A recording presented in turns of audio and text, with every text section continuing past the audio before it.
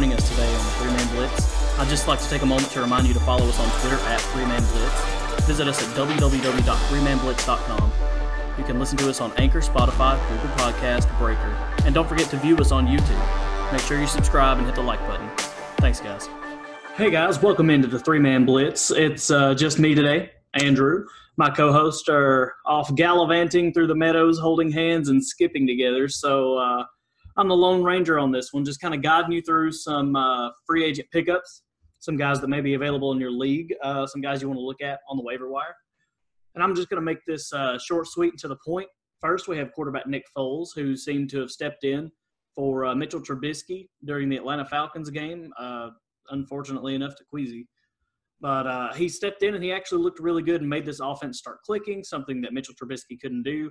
And Nick Foles has been named the starter moving forward. So if he's available in your league and you're kind of scraping and scrounging at the quarterback spot, might as well go ahead and grab him or just grab him and use him for trade bait, whatever you got to do. Next man up is Allen Lazard, wide receiver for the Green Bay Packers.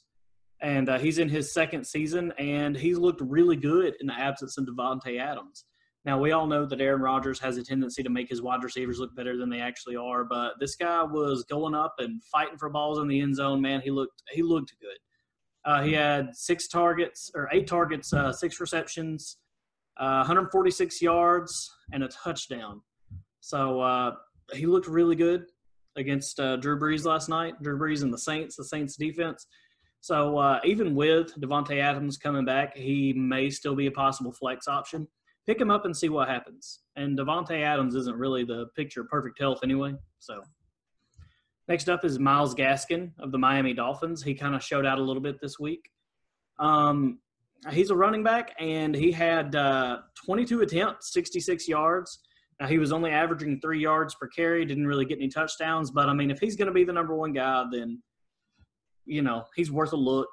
Grab him, sit him on your bench if you need to, just kind of wait and see what happens. But he should be available in most leagues. Next up is Justin Jefferson, a guy that Jeremy actually took a flyer on this week, and it paid off. He's a wide receiver out of LSU. This is his rookie season. He plays for the Minnesota Vikings. And this last week he had 9 targets, 7 receptions, 175 yards. That's awesome. He had a touchdown. He was averaging 25 yards a reception.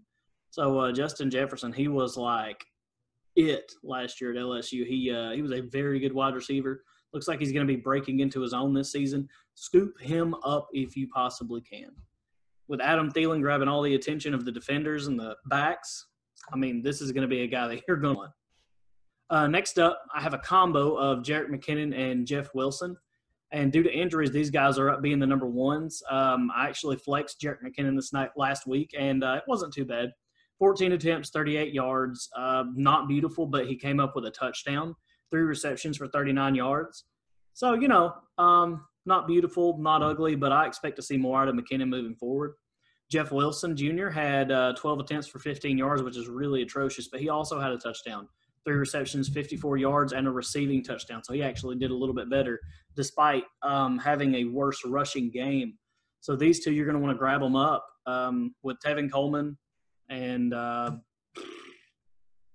Raheem Mostert. I'm sorry, brain fart. Raheem Mostert out on IR, out with injury. You're definitely going to flex these guys, or maybe even just flat out start them in your running back position during good matchup weeks.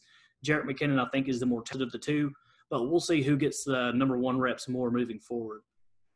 Next, we had an injury to Chris Carson, and in comes Carlos Hyde. Carlos Hyde had 4 attempts for 12 yards. He didn't have a touchdown, but I think he came in late toward the end of the game. I think it was late in the game when Chris Carson got injured. So on the chance that Chris Carson's not coming back, you're going to want to grab up Carlos Hyde. Carlos Hyde is not a bad back. He is a journeyman running back. He kind of goes around and fills in where he's needed. And right now it looks like the Seattle team needs him, and he may actually benefit quite a bit from receptions from Russell Wilson. Because, honestly, they're not running the ball as heavily as I thought they would. This team looks completely different. They're actually letting Russ cook, and, man, I love it. Moving on, we have T. Higgins, a rookie out of Clemson, a wide receiver for the Cincinnati Bengals. And he kind of showed up this week with he had 9 targets, 5 receptions, 40 yards, and 2 touchdowns.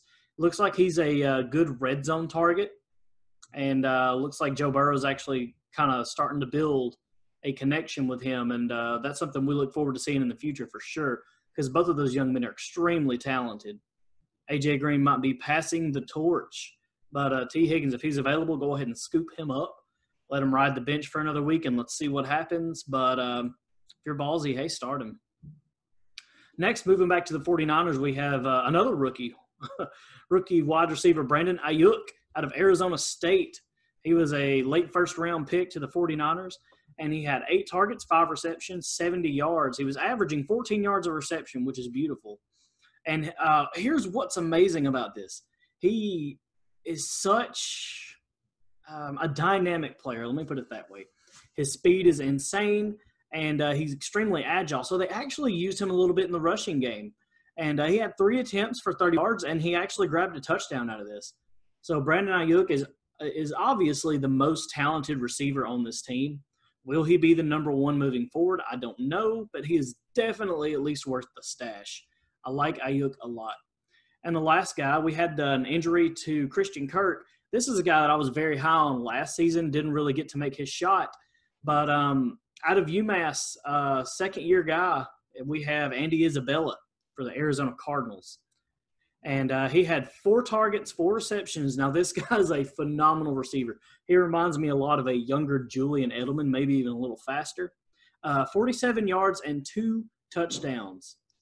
So Andy Isabella is a guy that's very high on the talent end. He's very underrated. I think he's just an absolutely phenomenal receiver, and you want to scoop him up if you can. And, you may be in a position where you can start him, depending on their matchup. But, guys, that's about all I've got. If you've got anybody you think I missed, anybody you think that should be worth mentioning, let us know. We'll throw it out there on Twitter if we think it's worthy. So let me know what you think. And as always, go for 3.